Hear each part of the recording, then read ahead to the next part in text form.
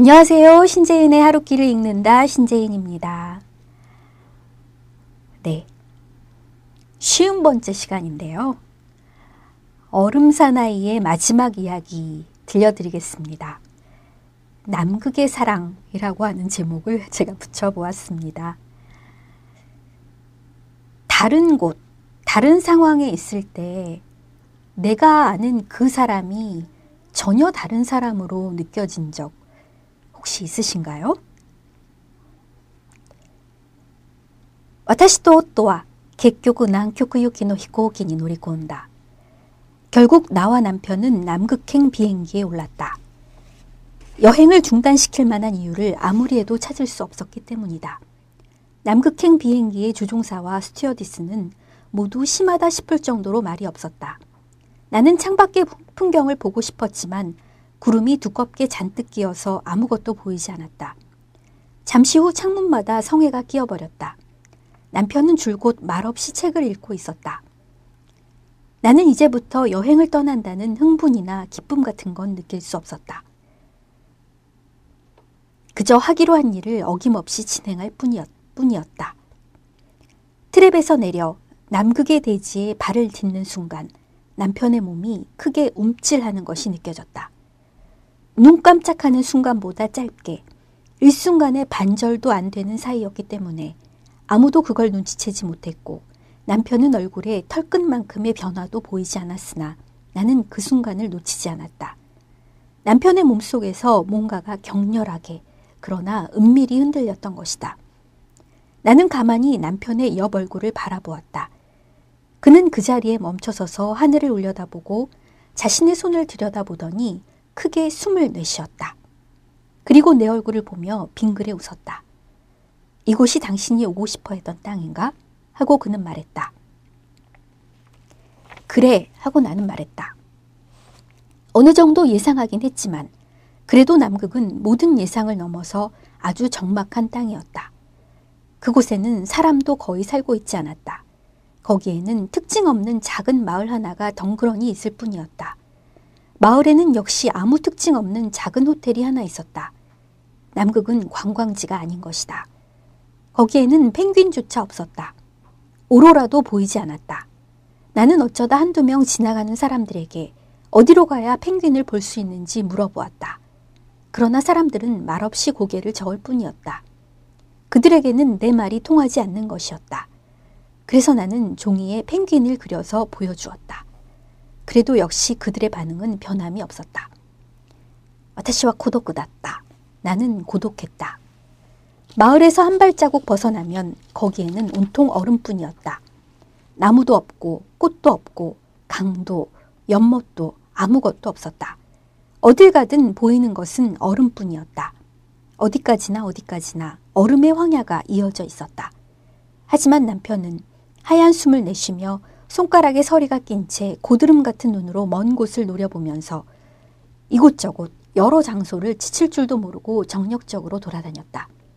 그리고 이내 이곳의 언어를 익혀 마을 사람들과 얼음처럼 딱딱하게 울리는 목소리로 대화를 나누었다. 그들은 몇 시간이고 진지한 얼굴로 대화를 했다. 그들이 대체 무엇에 대해서 그렇게 열심히 이야기를 하는지 나는 전혀 알아들을 수 없었다. 남편은 그곳에 완전히 빠져들었다. 거기에는 남편의 마음을 사로잡는 무언가가 있었던 것이다. 처음에 나는 그 때문에 무척 신경이 곤두서 있었다. 나 혼자 남겨져 버린 듯한 기분이었다. 남편에게 배신당하고 버림받은 것처럼 느껴졌다. 그리고 마침내 두꺼운 얼음에 둘러싸인 과묵한 세계 속에서 나는 모든 힘을 잃어갔다. 조금씩 얼마 후에는 추조해야 할 기력조차 남아있지 않았다. 마치 감각의 나침반 같은 것을 어딘가에서 잃어버린 것 같았다. 私は方向を見失い、時間を見失い、自分という存在の重みを見失っていった. 나는 방향 감각을 잃고 시간 감각을 잃고 나라는 존재의 무게에 대한 느낌을 잃어갔다. 그것이 언제 시작돼서 언제 끝났는지는 모른다. 문득 정신을 차려보니 나는 얼음의 세계 속에서 색깔이 사라져버린 영원한 겨울 속에 홀로 남아 무감각하게 유폐되어 있었다. 대부분의 감각을 상실한 후에도 나는 이것만큼은 확실히 알 수 있었다. 남극에 있는 이 나의 남편은 예전의 나의 남편은 아닌 것이다. 딱히 어디가 달라진 것은 아니다. 그는 예전과 마찬가지로 늘 나를 위해 마음을 써주고 부드러운 말을 건네준다. 그 말이 그의 본심에서 우러나온 말이라는 것도 잘 알고 있다. 그렇지만 나는 역시 느낄 수 있다. 얼음 사나이는 스키장의 호텔에서 만났던 그 얼음 사나이와는 다른 얼음 사나이라는 것을. 그러나 나는 그 사실을 누구한테도 말할 수 없다. 남극 사람들은 다들 그에게 호감을 품고 있으며 나의 언어는 그들과 한마디도 통하지 않는 것이다. 모두들 하얀 숨을 내뿜으며 얼굴에 서리를 띠고 쿡쿡 찌르는 듯한 소리를 내는 남극의 언어로 농담을 하거나 토론을 하거나 노래를 부르고 있었다. 나는 줄곧 혼자서 호텔방에 틀어박혀 앞으로 몇 달이고 개지 않을 것 같은 잿빛 하늘을 바라보며 엄청나게 까다로운 그리고 나로서는 익혀질 턱이 없는 남극어의 문법을 공부하고 있었다. 히코우조니와 모 히코기와 나갔다. 비행장에는 이제 비행기가 없었다. 우리를 태우고 왔던 비행기가 떠나버린 후 그곳에 착륙하는 비행기는 이제까지 단 한 대도 없었다. 그리고 활주로는 얼마 안 있어 딱딱한 얼음 밑에 묻혀버렸다. 내 마음과 똑같이. 후유가 기탄다요. 겨울이 온 거야 하고 남편은 말했다. 굉장히 긴 겨울일 거야. 비행기도 오지 않고 배도 오지 않을 거야. 이것저것 모두 다 얼어붙어 버렸어. 아무래도 우리는 여기서 봄까지 기다릴 수밖에 없을 것 같아 하고 그는 말했다.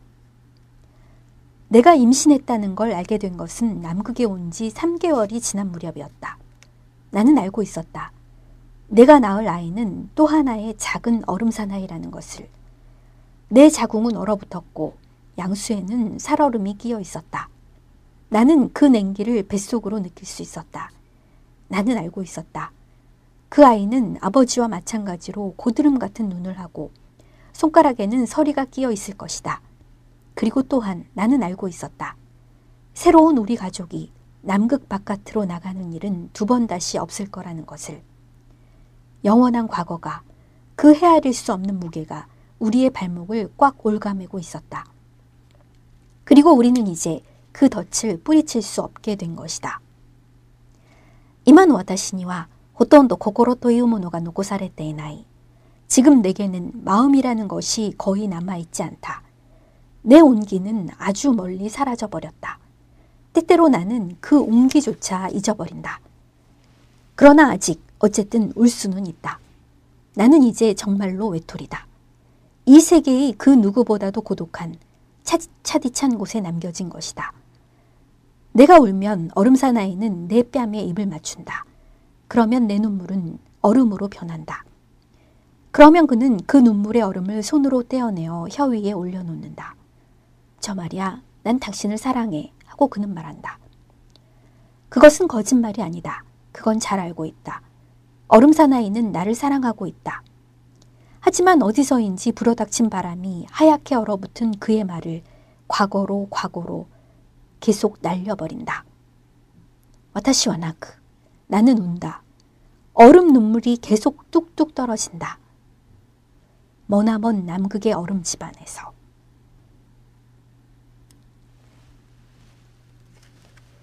네, 이야기의 끝입니다.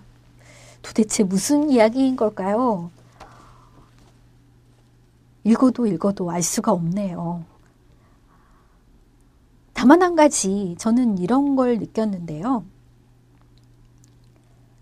나의 세계와 단절된 그의 세계에 있으면서 혹은 그의 세계와 단절된 나의 세계에 있을 때의 그의 외로움, 그것을 비로소 실감할 수 있었습니다. 누구나 인간에게는 나의 세계와 그의 세계가 존재하지 않을까요? 그것을 받아들이고 공유해 가는 그런 과정이 사람 사이의 사랑이라는 그런 생각이 새삼 드네요. 이 작품을 읽고 보니. 여러분께서는 어떤 것을 느끼셨는지요? 작가가 무엇을 전하려 하는지는 잘 알 수 없으나 각자가 느끼는 그런 느낌, 제가 느낀 느낌은 아무리 그렇다 해도 너무 외롭다. 이건 정말 너무 외롭다. 너무 외롭고 쓸쓸하다. 그리고 너무 무섭다고 해야 될까요? 두렵다고 해야 될까요? 조금 더 밝은 이야기를 들려드리고 싶은데요. 자, 어쨌든 얼음사나이 여기서 마치겠습니다.